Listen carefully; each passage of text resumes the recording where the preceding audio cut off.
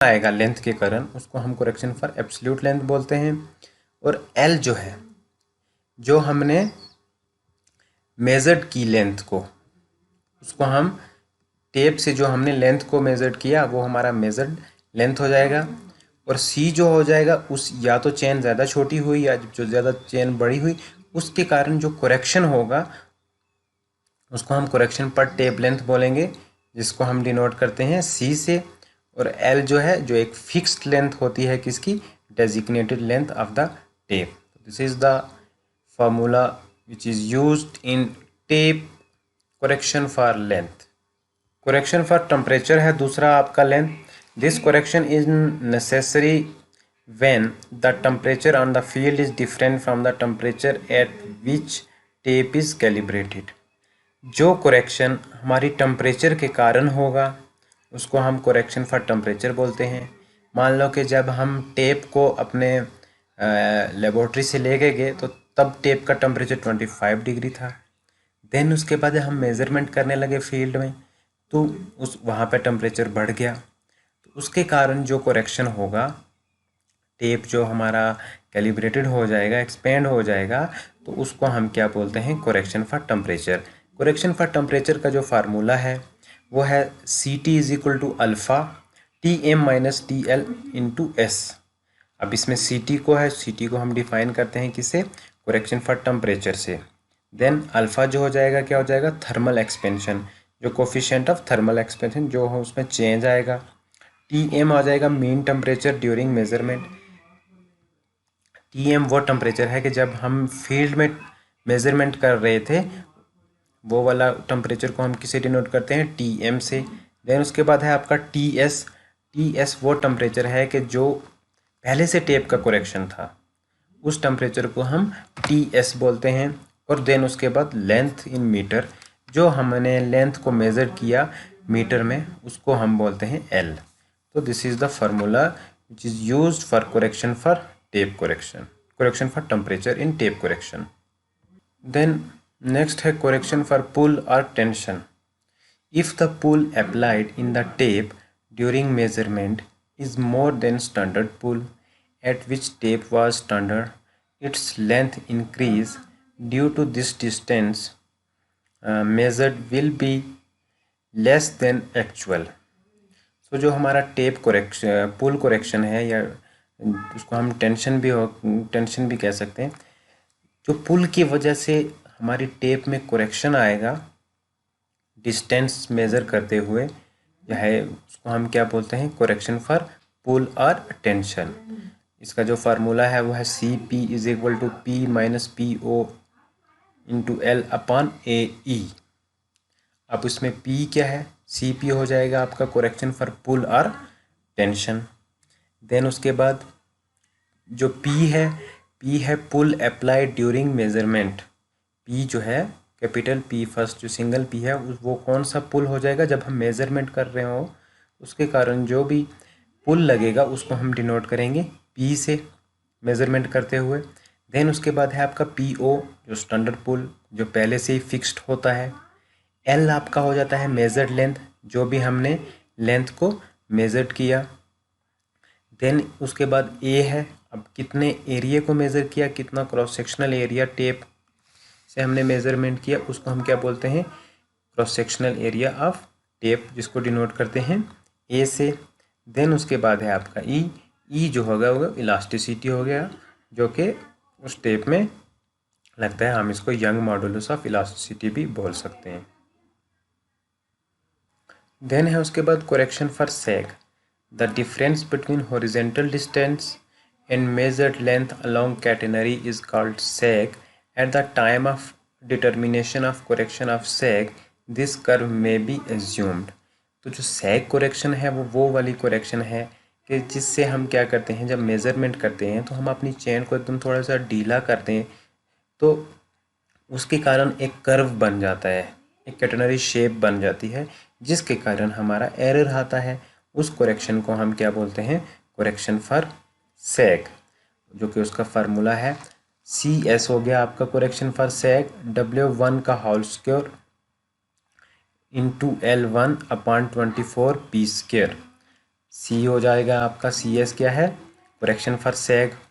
और W1 जो है वो उस टाइम वेट, अब W1 जो है वो हम मेज़रमेंट कर डिफाइन करते हैं किससे, वेट ऑफ टेप से।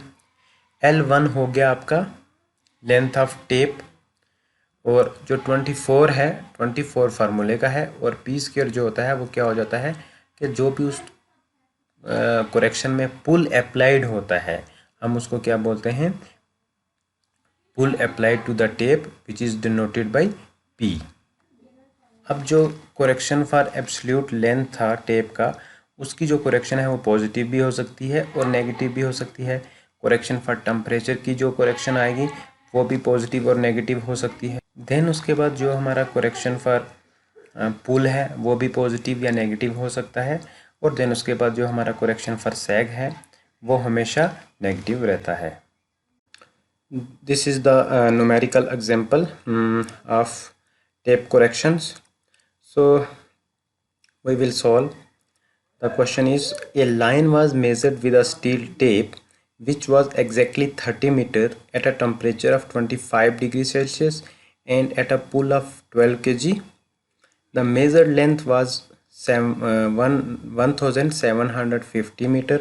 The temperature during measurement was 35 degrees Celsius and the pull applied was 15 kg. Find the true length of the line if the cross-sectional area of the tape was 0.025 centimeter square. The coefficient of expansion of the material of the tape per degree is 3.5 into 10 minus 6. In modulus of elasticity of the material is 2.1 into 10 की power 6 kg per centimeter square.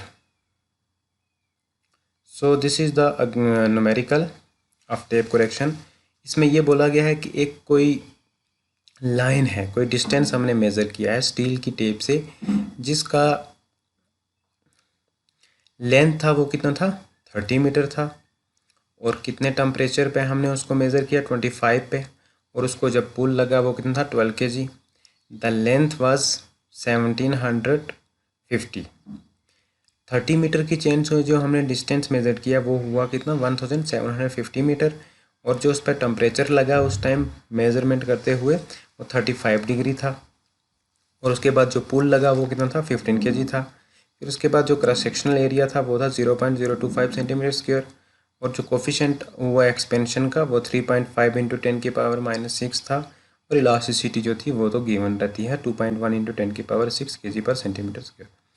तो इसमें देखो 30 metre की tape दी है सबसे पहले, फिर उसके बाद पहले से जो स्टैंडर्ड पुल था वो कितना था, 12 kg था, और जो स्टैंडर्ड टेम्परेचर था या मीन टेम्परेचर स्टैंडर्ड टेम्परेचर था वो 25 डिग्री था। उसके बाद जो भी चेंज हुआ वो जाके मेज़रमेंट हुआ, तो जैसे 12 kg पुल लगा तो जब हम मेज़रमेंट करने लगे तो वो कुल पुल 15 kg हो गया। 25 डिग्री टेम्परेचर था पहले, फिर 35 हो गया। 30 मीटर की टेप से हमने डिस्टेंस कितना मेज़र किया, 1750 मीटर, और जो टेप का एरिया था वो 0.025 सेंटीमीटर स्क्वायर था। अब सबसे पहले हम इसका गिवन डाटा बनाएंगे, फिर 1 बाय 1 हम अपने फार्मूले से जो हमने पढ़े हैं उनसे इसका सोल्यूशन निकालेंगे और करेक्शन के बारे में जानेंगे। So first of all given data में क्या है, टेप का लेंथ दिया है जो कि कितना है, 30 मीटर है। स्टैंडर्ड टेम्परेचर दिया है जिसको हम इनिशियल टेम्परेचर बोलते हैं, वो TO हो जाएगा, जिसको हम 25 डिग्री बोलते हैं, दिया गया है। Main temperature in the field जब हम मेज़रमेंट कर रहे थे उस टाइम का टेम्परेचर था 35 डिग्री, जिसको डिनोट करते हैं TM से। देन उसके बाद major length of the line, 30 metre की टेप से हमने कितने डिस्टेंस को मेज़र किया, वो 1750 मीटर था। पुल अप्लाइड P जो था वो कितना था, कितना लगा, 15 kg, और जो स्टैंडर्ड पुल था वो पहले कितना था, 12 kg था। क्रॉस सेक्शनल एरिया था 0.025 सेंटीमीटर स्क्वायर था, और कोफिशिएंट ऑफ थर्मल एक्सपेंशन जो था वो जो आपका अल्फ़ा था वो कितना था, 3.5 इंटू 10 की पावर -6। देन उसके बाद मॉडुलस ऑफ इलास्टिसिटी था वो कितना था, 2.1 इंटू 10 की पावर 6 kg पर सेंटीमीटर स्क्वायर था।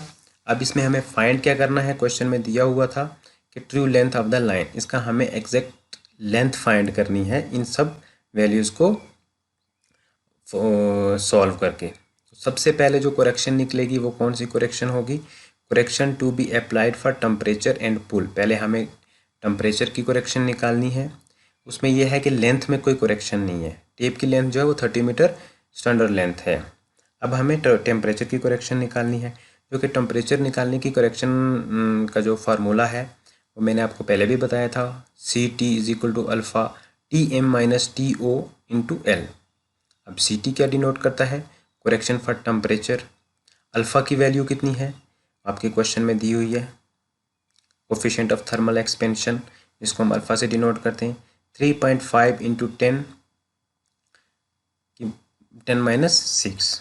तो ये हमारी अल्फ़ा की वैल्यू है। फिर TM देखो, TM क्वेश्चन में दिया हुआ है गिवन डाटा में मीन टेम्परेचर जो कि 35 डिग्री है, और माइनस देखो TO हो जाएगा जो कि जिसकी वैल्यू है 25, और इनटू जो भी हमने डिस्टेंस को मेज़र किया वो हमारा क्या हो जाएगा? मेजर्ड लेंथ हो जाएगा, जो कि है 1750।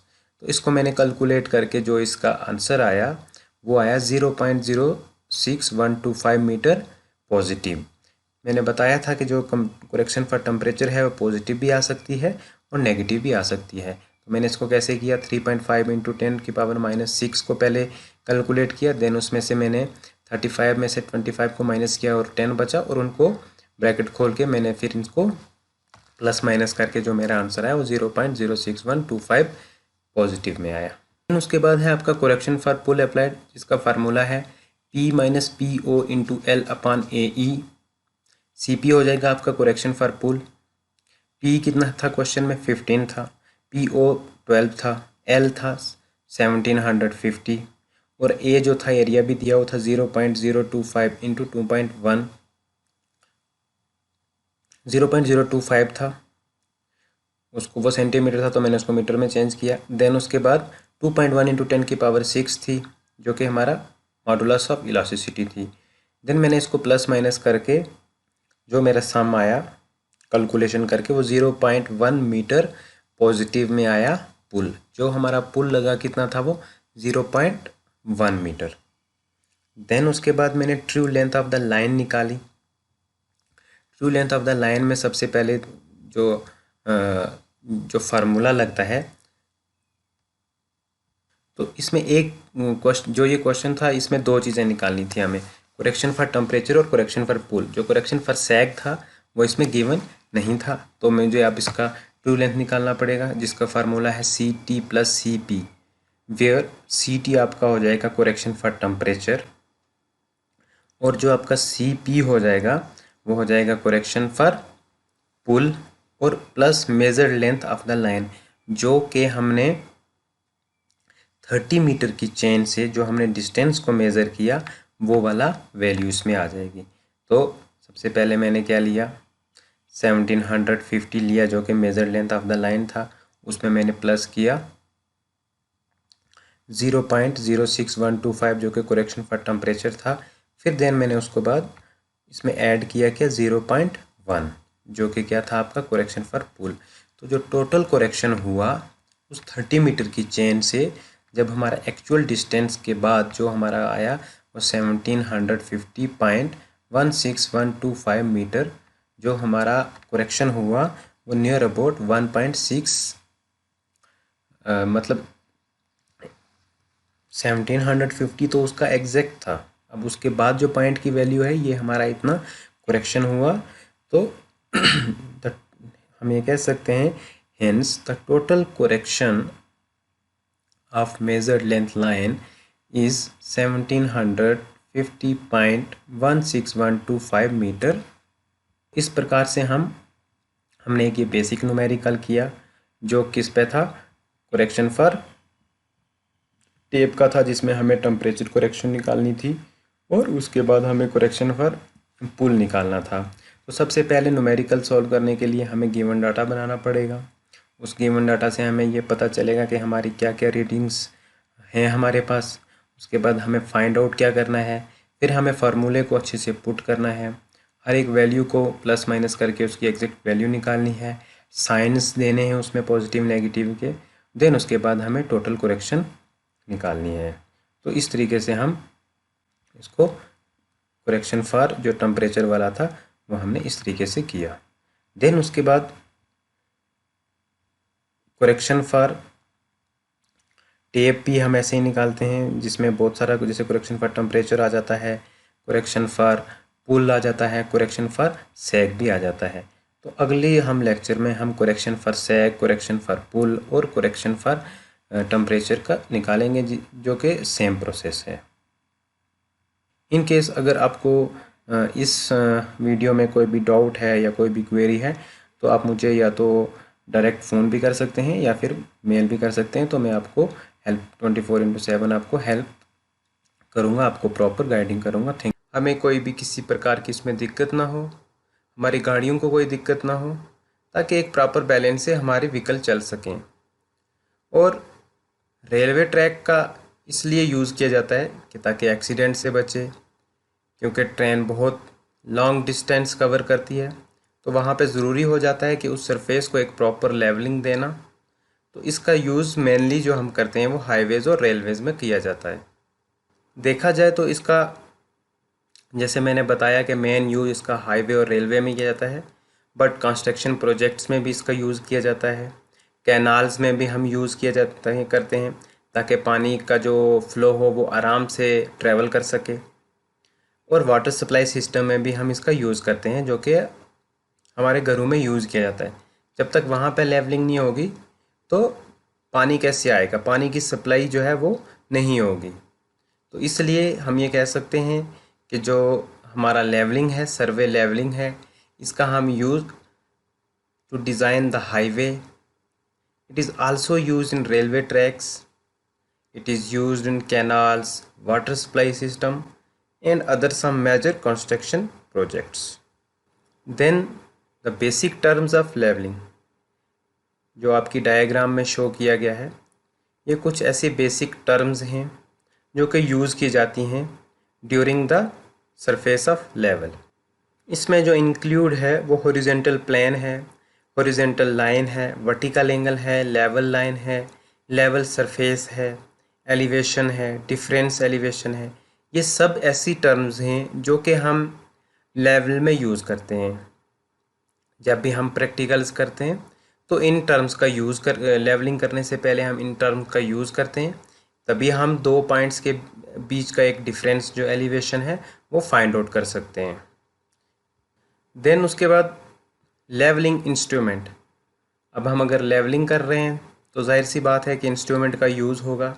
तो अभी जो हमारे पास एडवांस इंस्ट्रूमेंट है लेवलिंग के लिए, उसको हम ऑटो लेवल बोलते हैं, जो कि इस स्लाइड में शो किया गया है। ये हमारा लेवलिंग इंस्ट्रूमेंट है, that name is auto level. इसके वेरियस पार्ट्स हैं, जैसे लेवलिंग स्क्रू है, हॉरिजेंटल मोशन स्क्रू है, ऑब्जेक्टिव लेंस है, जहाँ से हम कोई भी ऑब्जेक्ट को फाइंड आउट कर सकते हैं। ऑब्जेक्टिव लेंस फोकस है, इसमें हम जूम इन और जूम आउट कर सकते हैं। साइट का है, जहाँ से हमें फोकसिंग करनी पड़ती है। सर्कुल लेवल बबल ट्यूब है, इसमें एक बबल ट्यूब होती है जिससे हम क्या करते हैं कि उसको सेंटर में लाते हैं, तो उससे हमें ये पता चलता है कि हमारा इंस्ट्रूमेंट अब लेवल हो चुका है। देन उसके बाद आई पीस फोकस है, जहाँ से हम उनको देखते हैं। और फिर स्क्रूज़ हैं। स्क्रूज़ वो हैं जिनको से हम क्या कर सकते हैं कि अपने इंस्ट्रूमेंट को टाइट भी कर सकते हैं और लूज़ भी कर सकते हैं जब हम इसका सेटअप करते हैं। तो ये एक ऐसा इंस्ट्रूमेंट है सर्वे लेवलिंग का, जिससे हम क्या करते हैं कि लेवलिंग करते हैं with the help of auto level. कुछ इस प्रकार से हम इसको सेट करते हैं। सबसे पहले ट्राईपॉड पे, फिर उसकी सेंटरिंग करते हैं और उसके बाद पूरे इंस्ट्रूमेंट की हम लेवलिंग करते हैं। जब हमारा सेटअप पूरा रेडी हो जाता है तो फिर हम इस टाइप से फील्ड में उसकी रीडिंग और रिकॉर्डिंग लेते हैं, जो कि आपकी डायग्राम में शो किया गया है। This is totally practical based experiment. These are the various instrument which is used for leveling process. Like the instrument which are used in leveling are level हो गया हमारा, जिसको हम लेवलिंग स्टाफ भी होता है, ऑटो लेवल होता है, डंपी लेवल होता है, एंड देन कशिंग लेवल और टिल्टिंग लेवल। ये सब लेवल्स की टाइप हैं जिनसे हम क्या करते हैं, लेवलिंग करते हैं। ये डायग्राम में कशिंग लेवल की फ़ोटो दिखाई हुई है, जो कि एक ऐसा इंस्ट्रूमेंट है जिसे हम पहले क्या करते थे, लेवलिंग करते थे। देन उसके बाद टिल्टिंग लेवल से हम लेवलिंग करते हैं। This is the diagram of tilting level which is used for levelling. Then उसके बाद dumpy level. Dumpy level is also an instrument which is used for levelling process. इसमें भी कुछ पार्ट्स हैं इसके, जैसे हमने ऑटो लेवल में देखे, आई पीस है, इसमें भी फुट प्लेट है, लेवलिंग बबल है, लेवलिंग स्क्रू है, हॉरिजॉन्टल टेंजेंट है, इमेज फोकसिंग वाला है, साइटिंग वाला है और लेवलिंग पेंडुलम वाला है। ये सब लेवलिंग के इंस्ट्रूमेंट हैं जो कि हम इनको यूज़ करते हैं लेवलिंग प्रोसेस के लिए, चाहे वो हाईवेज़ में हो या रेलवेज़ में हो। देन उसके बाद है आपका advantages by the use of level. अगर हम लेवल का यूज़ करेंगे तो उससे हमें क्या क्या फ़ायदे होंगे। तो जाहिर सी बात है कि हम अगर कोई भी इंस्ट्रूमेंट यूज़ कर रहे हैं तो उनसे हमें फ़ायदे ही होंगे। जैसे हाई स्पीड मिलेगी, हाई एक्यूरेसी मिलेगी हमें उससे, और जो हम सर्वे करेंगे, जो हम लेवलिंग करेंगे, उसमें ऑपरेशनल कंफर्ट होगा, आराम से करेंगे। और एक्सटर्नल इन्फ्लुएंस से फ्रीडम हो जाएंगे हम। और इनका जो रेंज ऑफ एप्लीकेशन है वो एकदम हाई है, एकदम एडवांस है। तो ये सब फ़ायदे हैं हमें कि हम उनसे आराम, अच्छी स्पीड से हम लेवलिंग कर सकते हैं, अच्छी एक्यूरेसी होगी, उसमें कंफर्ट होगा, उनका जो रेंज ऑफ एप्लीकेशन वो अच्छा होगा, और साथ में उनका जो फ्रीडम, एक्सटर्नल इन्फ्लुएंसेस होंगे वो उनसे एकदम सेफ होंगे। देन उसके बाद आता है बेंचमार्क। बेंचमार्क होता क्या है, कितने प्रकार का होता है। बेंचमार्क एक ऐसी टर्म है जो कि हम सर्वे में यूज़ करते हैं। बेंचमार्क को हम रेफरेंस पॉइंट मानते हैं। मान लो कि हमने कहीं से काम शुरू किया, वहाँ पे हमने कोई अपना रेफरेंस पॉइंट ले लिया, कोई पत्थर रख लिया, कोई पेड़ को अपने को रेफरेंस पॉइंट मान लिया, या कोई टेम्परेरी सी चीज़ रख ली जो कि हम सुबह काम करें और शाम को ख़त्म करके उसको वापस ले लें, तो उसको हम बेंचमार्क बोलते हैं। अब इसमें 3 टाइप हैं, permanent benchmark, temporary benchmark, arbitrary benchmark.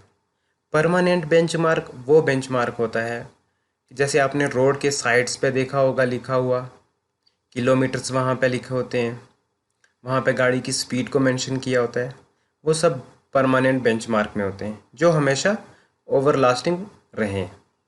और टेम्परेरी बेंचमार्क वो बेंचमार्क होता है कि जब हम कहीं भी काम कर रहे हैं, अगर हमने सुबह काम शुरू कर दिया तो वहाँ पे हमने कोई अपना रेफरेंस पॉइंट ले लिया, जब हमारा काम ख़त्म हुआ तो हम उसको साथ में उठा के ले गए या उसको कहीं रख दिया, तो वो हमारा टेम्परेरी बेंचमार्क है। आर्बिट्री बेंचमार्क वो बेंचमार्क होता है कि जो एक छोटे वर्क के लिए यूज़ किया जाता है, जैसे हम अपने घरों में यूज़ करते हैं। आपने देखा होगा जब भी कोई भी मेज़न हमारा घर बनाता है तो उसमें वो क्या रखता है कि 2 रस्सियों को लेके किसी भी 2 पॉइंट पे फिक्स करके उनको रखते हैं। जो बेसिकली आर्बिट्री बेंचमार्क वो है कि एक ऐसा रेफरेंस पॉइंट जो कि एकदम शॉर्ट वर्क के लिए यूज़ हो। तो ये बेंचमार्क की टाइप्स थी और बेंचमार्क। देन नेक्स्ट उसके बाद है temporary adjustments of level, setting up the level, levelling up, focusing. Setting up the level में ये है कि जब भी हम किसी भी इंस्ट्रूमेंट को सेटअप करते हैं, वो पूरा process setting up to the level तक आएगा।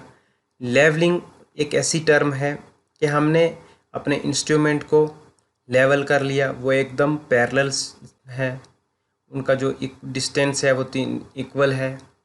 और फोकसिंग उसके बाद ये है कि हमने उसको, अब वो रीडिंग लेने के लिए रेडी हो गया। This operation include setting up the level on the tripod and leveling it approximately by legs adjustment. Bring bubble tube in center. Leveling of the instrument approximately by the legs of tripod and accurately by the foot screw. So it's mean अगर हमें centering करनी है या levelling करनी है तो हमें अपने बबल ट्यूब को सेंटरिंग में करना पड़ेगा। देन उसके बाद जो ट्राइपॉड है उसके फुट स्क्रू को हमें टाइट करना पड़ेगा एक्यूरेटली से, जिससे कि हमारा इंस्ट्रूमेंट पूरा लेवलिंग अप हो जाएगा। फोकसिंग एक ऐसी टर्म है कि जिससे हम क्या करते हैं कि फोकस करते हैं। रीडिंग लेते हुए हम इमेज को कैप्चरिंग करते हैं ताकि हमारी जो उसमें विजन हो वो एकदम डिस्टेंस हो, एकदम क्लियर विजिबल हमें हो, एकदम अच्छे से हमें रिकॉर्डिंग आए। तो उससे उस प्रोसेस को हम फोकसिंग बोलते हैं। First focus on staff and then capture the reading means कि हमें फोकस करना है स्टाफ पे जिस पे रीडिंग लिखी होती है, और उसके बाद हमें क्या करना है, टेलीस्कोप और आई पीस की हेल्प से हमें रीडिंग्स को कैप्चर करना है। Then focus the eye piece for distance vision ताकि हमारा जो हमने देखा वो एकदम प्योरली साफ था, रीडिंग रिकॉर्डिंग जो भी थी वो एकदम एक्यूरेट थी। Then next permanent adjustment. Permanent adjustment वो एडजस्टमेंट होती है कि जिसमें हम रीडिंग्स लेने के लिए हमारा इंस्ट्रूमेंट रेडी है, अब हमें रीडिंग लेनी है और उस पर फिर अपनी फील्ड बुक पर रिकॉर्ड करनी है। तो इसमें 3 प्रकार की रीडिंग ली जाती है, back sight, fore sight, intermediate sight और line of collimation. Back sight वो रीडिंग होती है कि जब हम अपने इंस्ट्रूमेंट को सेटअप करते हैं तो इंस्ट्रूमेंट के बैक साइड वाली जो पोजीशन होगी तो वो वाली जो हम रीडिंग कैप्चर करेंगे उसको हम बैक साइड बोलते हैं। देन फोर साइड सामने वाली रीडिंग, फ्रंट रीडिंग को हम फोर साइड बोलते हैं। और इंटरमीडिएट साइड एक ऐसा पॉइंट होगा कि जहाँ पे हमें अपना लेवलिंग स्टाफ देखना बंद हो जाता है कुछ डिस्टेंस मीटर की दूरी पे, तो हम क्या करते हैं उसके बाद अपने सेटअप को वहाँ से शिफ्ट करते हैं एक जगह से दूसरी जगह से। तो उसके बाद जो वाली हम रीडिंग आती है उसको हम इंटरमीडिएट साइड कहते हैं। देन उसके बाद line of collimation. Line of collimation वो होता है कि जहाँ पे 2 पॉइंट्स का इंटरसेक्शन हो उसको हम लाइन ऑफ कोलिमेशन बोलते हैं। देन उसके बाद आ जाता है एरर इन लेवलिंग। ये हम पढ़ते आए हैं कि लेवलिंग में क्या एरर हैं, थेडोलाइट में क्या है, कंपास में क्या है। तो इसमें भी 3 प्रकार के एरर हैं, इंस्ट्रूमेंटल एरर, नेचुरल एरर और पर्सनल एरर। अब इंस्ट्रूमेंटल एरर वो एरर होते हैं कि जो कोई भी डिफेक्ट हमारे अगर इंस्ट्रूमेंट में हो और उसकी वजह से हमारी रीडिंग्स में जो एरर आएंगे वो इंस्ट्रूमेंटल एरर होंगे। फिर उसके बाद नेचुरल एरर। नेचुरल एरर आपके वो एरर होते हैं कि जो नेचर की तरफ से हों, तेज़ धूप के कारण हमारे इंस्ट्रूमेंट अच्छे से रीडिंग न ले पाए, लेंस पे फ़र्क पड़ गया, या बारिश के कारण अच्छे से हमारा सेटअप हिल गया, तो वो सब जो भी कुदरती दुर्घटना होंगी वो नेचुरल एरर में होगी। और पर्सनल एरर जो तो आपकी खुद की गलतियाँ होंगी उसको हम पर्सनल एरर बोलते हैं।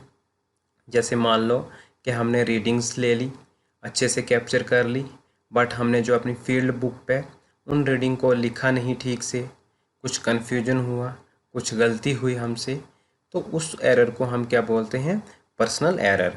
तो ये जो एरर हैं ये लेवलिंग में पाए जाते हैं या फिर थेडोलाइट में भी पाए जाते हैं, उसके बाद कंपास सर्वे में भी पाए जाते हैं। यह हमारी खुद की गलती। देन नेक्स्ट है हमारा types of plans. Types of plans में आपका आ जाता है लोकेशन प्लान, देन उसके बाद लेआउट प्लान एंड देन उसके बाद साइट प्लान।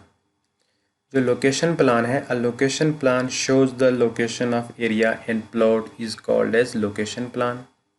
लोकेशन प्लान वो प्लान है कि किसी भी साइट का जो भी लोकेशन शो करे उस तरीके का हम जो प्लान ड्राइंग करते हैं वो एक उसको हम लोकेशन प्लान बोला जाता है। देन नेक्स्ट है हमारा layout plan. Layout plan should shows plot and plot boundaries. It is use to fix location of plant. जिस रीजन में हम काम कर रहे हैं, जिस प्लॉट पे हमारी वर्किंग हो रही है, उस प्लॉट के उस प्रॉपर्टी की जो बाउंड्रीज हैं उसको हम शो करके ड्रा कर सकते हैं, तो उसको हम क्या बोलते हैं, लेआउट प्लान। देन उसके बाद आपका आता है site plan.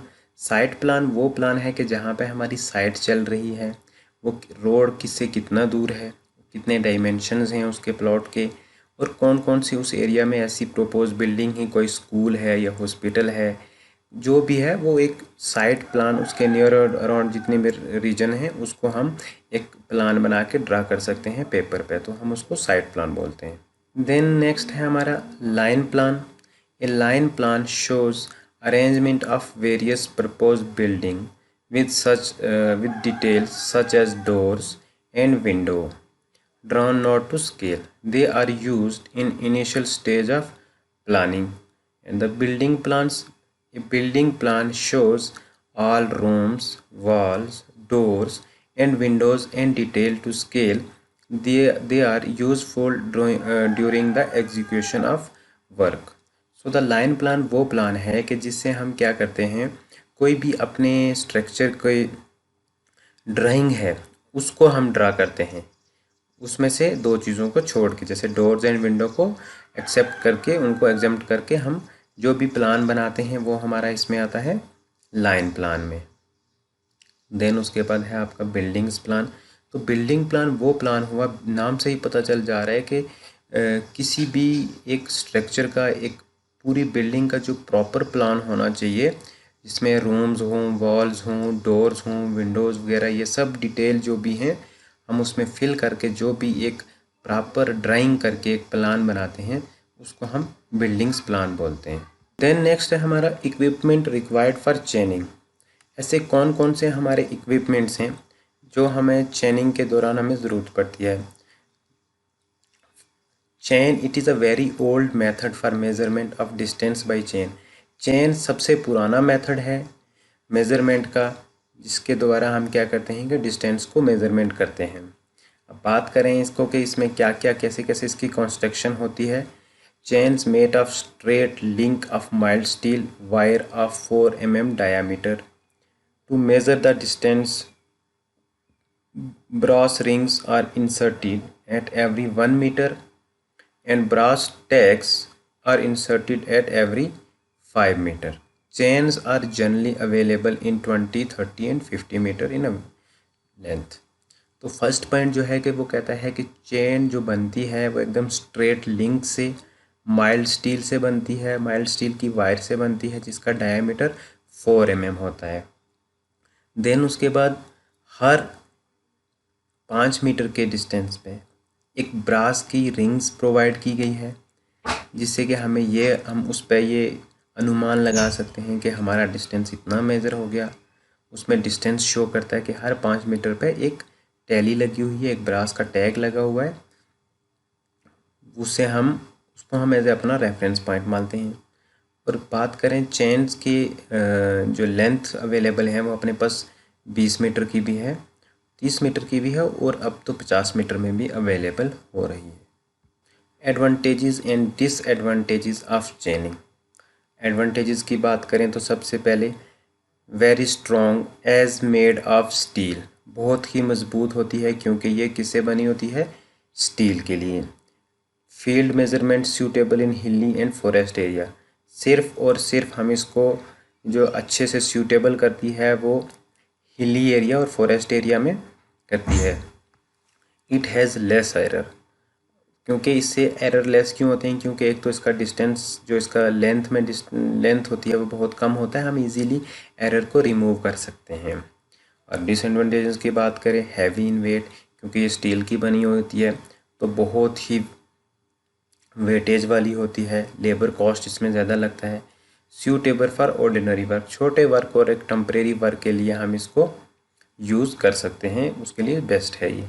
Length shorten due to bending of link, इसकी लेंथ शॉर्ट होने की वजह से जो इसके लिंक्स होते हैं उसमें क्या हो जाता है कि लिंक कभी कभार, जैसे ये हिली एरिया में हम यूज़ करते हैं इसको, तो उसके लिंक्स जो हैं वो बेंड हो जाते हैं। टाइप्स ऑफ चेन में ये 3 टाइप्स की अपने पास अवेलेबल होती है। जो मेन डिवीज़न है वो एक मैट्रिक चेन होती है और एक नॉन मैट्रिक चेन होती है। मैट्रिक चेन वो चेन होती है कि जिसके यूनिट मीटर में हों तो हम उसको एक मैट्रिक चेन बोलते हैं, और नॉन मैट्रिक चेन वो चेन होती है कि जिसके यूनिट मीटर में ना हो, उसको हम नॉन मैट्रिक चेन बोलते हैं। तो मैट्रिक चेन में जो हमारे पास लेंथ अवेलेबल है वो 20 मीटर और 30 मीटर है। और बात करें लिंक्स की तो उसमें 100 लिंक्स होते हैं 20 मीटर वाली में, और 150 लिंक्स होते हैं 30 मीटर वाले में। अब घंटर चेन की बात करें तो घंटर चेन की जो लेंथ होती है उसके सबसे पहले जो यूनिट होते हैं वो यार्ड्स में होते हैं, मैट्रिक चेन के यूनिट मीटर में होते हैं, और घंटर चेन के यूनिट यार्ड्स में होते हैं।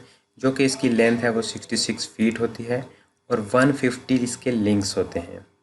और इंजीनियरिंग चेन की बात करें तो इसके भी यूनिट यार्ड्स में होते हैं। ये बाहर के कंट्रीज़ में यूज़ किया जाता है, हमारे इंडिया में मैट्रिक चेन को यूज़ किया जाता है। और जो 100 फीट इसकी लेंथ होती है और 100 ही लिंक्स होते हैं इंजीनियरिंग चेन में। फिर उसके बाद अब दो तरीके का इसमें काम होता है, दो तरीके के सर्वेयर होते हैं। एक फील्ड वर्क का सर्वे होता है और एक ऑफिस वर्क का सर्वे होता है। इसमें जैसे कोई भी हम काम फील्ड में करें तो उसको हम फील्ड वर्क बोलते हैं, फिर उसी काम को जाके हम ड्राइंग बनाते हैं तो वो ऑफिस वर्क होता है। तो फील्ड वर्क जो होता है, it consist in taking measurement for detail recording field note and setting out of the work. So basically field work में हम क्या करते हैं कि मेज़रमेंट लेते हैं डिटेल्स की, जो जो हम काम करते हैं उनकी मेज़रमेंट लेते हैं। देन उसके बाद उसको हम रिकॉर्ड करते हैं अपनी फील्ड बुक पे और फिर काम अपने को सेट आउट करते हैं। और ऑफिस वर्क की बात करें, it consist in preparing maps plan section from the data collected in the field and also collected the area and the volumes and designed the various structure. तो जो office work है, office work में हम केवल वही काम करते हैं कि जैसे हमने जो काम हमने फील्ड में किया हो, जो मेज़रमेंट हमने फील्ड वर्क में ली हो, उसको हम क्या करते हैं कि वही उसको कैलकुलेट करके फिर उसके मैप्स वगैरह एंड उसके जो भी है सेक्शंस हो गए, उसके एलिवेशंस हो गए, उसको हम ड्रा करते हैं किस पे, ऑफिस वर्क में किसी भी एक ड्राइंग शीट पे। देन उसके बाद एक पॉइंट इसमें और ऐड हो जाता है, care and adjustment of instrument. अब मेन चीज़ ये है कि जब तक हम इंस्ट्रूमेंट की केयर नहीं करेंगे वो अच्छे से एडजस्ट नहीं हो पाएंगे। तो सबसे जो मेन और इम्पोर्टेंट फैक्टर है इसमें वो केयरिंग है, किसकी, इंस्ट्रूमेंट के एडजस्टमेंट करने की। इसमें भी कुछ एक दो लाइनें हैं जैसे कि the survey must be thoroughly familiar with the instrument which he will be called upon the use. He must also know the method of testing and adjusting the instrument. अब बात करें केयरिंग एंड एडजस्टमेंट की, तो care and adjustment वो एक ऐसा factor है कि वो स्किल्ड लेबर होनी चाहिए उसके लिए, और वही पर्सन उसको यूज़ करना चाहिए कि जिसको उसके बारे में नॉलेज हो, तभी वो केयर भी कर पाएगा। देन उसके बाद एक प्रॉपर एडजस्टमेंट भी कर पाएगा। इम्प्रॉपर एडजस्टमेंट से क्या होगा कि उसमें एरर्स आएंगे, फिर एरर्स को रिमूव करने में बहुत सारा वक्त लगता है। देन उसके बाद कई बार हमें दूसरी बार रीडिंग लेनी पड़ती है, उसमें भी हमारा एक्स्ट्रा टाइम लगता है। तो हम टाइम को ज़्यादा लिए हुए हमें क्या करना चाहिए, अपने इंस्ट्रूमेंट की केयर करना चाहिए। ऐसा नहीं होना चाहिए कि हमने इंस्ट्रूमेंट यूज़ किया देन उसके बाद उसको धूप या डस्ट में छोड़ दिया, जिससे क्या होता है कि इंस्ट्रूमेंट के लेंसेज ख़राब हो जाते हैं, उनको करोजन लग जाता है। एक प्रॉपर उनको केयर करनी पड़ती है, देन उसके बाद उसकी एडजस्टमेंट करनी पड़ती है। Caring and adjusting is the most important factor in the field of surveying engineering. So care और एडजस्टमेंट जब तक नहीं होगी इंस्ट्रूमेंट की, तो हम उनसे जो रीडिंग्स लेते हैं या जो भी हम बाकी की मेज़रमेंट करते हैं वो एकदम इम्प्रॉपर रहेगी। देन नेक्स्ट है उसके बाद टेप्स और मटेरियल यूज। टेप क्या क्या होता है? टेप्स बेसिकली एक मॉडर्न टाइम में सर्वे का एक इंस्ट्रूमेंट है, जिसे हम क्या करते हैं, पहले एंशिएंट टाइम में हम चेन से मेज़र करते हैं, अब हम किससे करते हैं, टेप से करते हैं। तो टेप से हम क्या करते हैं कि हम बेसिकली टेप से मेज़रमेंट लेते हैं, डिस्टेंस करते हैं, जो कि बहुत ही आसान है और एक्यूरेट मेथड है। अब टेप्स में भी डिफरेंट टाइप्स की टेप्स हैं। क्लॉथ एंड लिनन टेप होती है, किसकी बनी होती है, ये वर्निश स्ट्रिप ऑफ वोनल लिनन की कपड़े की टेप होती है, जो कि आपने देखा होगा बहुत सारे दर्जियों के पास होती है। देन उसके बाद इंजीनियरिंग के पास भी ये टेप होती है। Metallic tape reinforce with brass और कॉपर वायर। मेटेलिक टेप वो टेप है जो कि रेनफोर्स और ब्रास और कॉपर वायर से बनी होती है।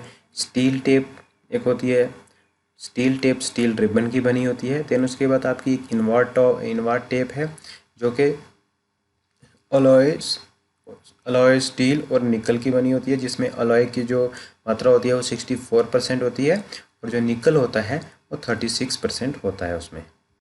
Then next is correction for tape correction for chain and tape measurement. ऐसी कौन कौन सी करेक्शंस हैं जो चेन और टेप मेजरमेंट में यूज़ की जाती हैं? तो इसमें 3-4 टाइप्स की ये टेप करेक्शन है, चेन करेक्शन है। सबसे पहले chain correction for standard length.